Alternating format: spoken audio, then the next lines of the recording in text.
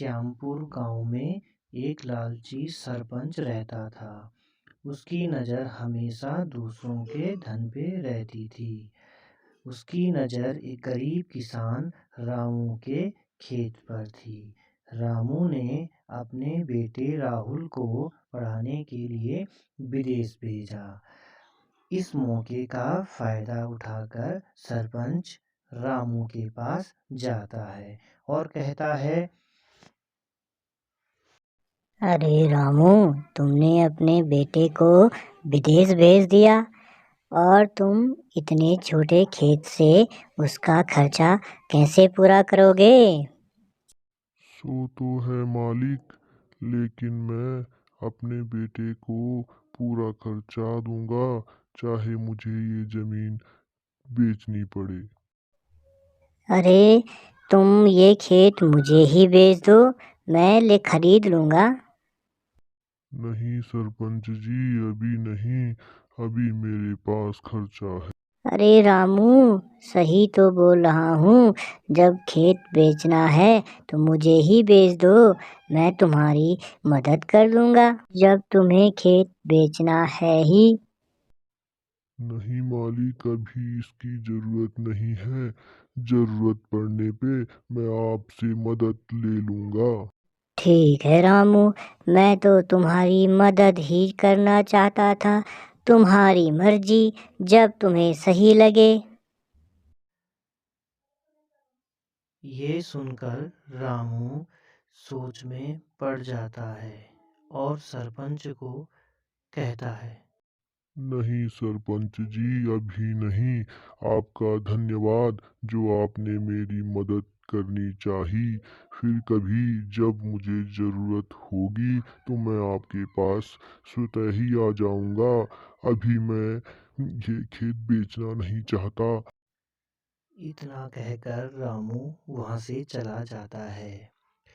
सरपंच गुस्सा होकर वहाँ से चला जाता है।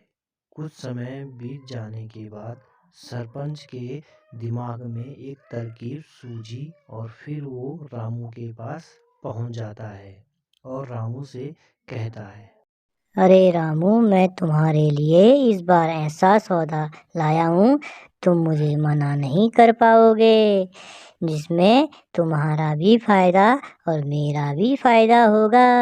बोलो। ठीक है मालिक, बोलिए, आप क्या बोलना चाहते हैं। रामू, तुम एक काम करो, जो मेरा खेत रास्ते के सामने है उस खेत को तुम कर लो।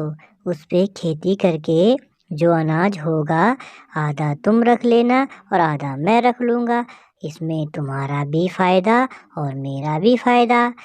बोलो, क्या कहते हो, करोगे? है ना फायदे का सौदा?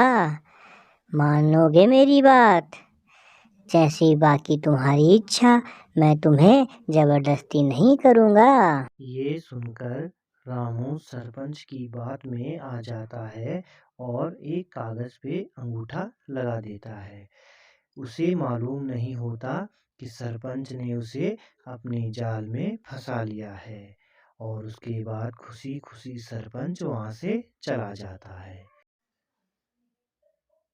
और रामू भी खेती करने के लिए उस खेत में जाता है और वहाँ हल लगाने के बाद पता चलता है कि वो खेत कुछ काम का नहीं है। ये देखकर रामू गुस्से में सरपंच के पास जाता है और सरपंच से कहता है, सरपंच जी, उस खेत में तो कुछ अनाज होता ही नहीं है। मैं अपने खेत से ही अनाज उगाकर अपना खर्चा चला लूँगा।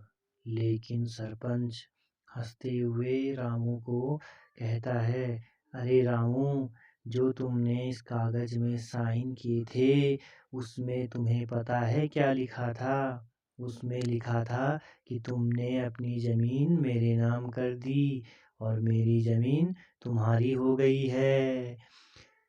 इस तरह सरपंच ने रामू की जमीन हड़प ली। तो हमें इस कहानी से शिक्षा मिलती है कि हमें कभी किसी पर अंधविश्वास नहीं करना चाहिए।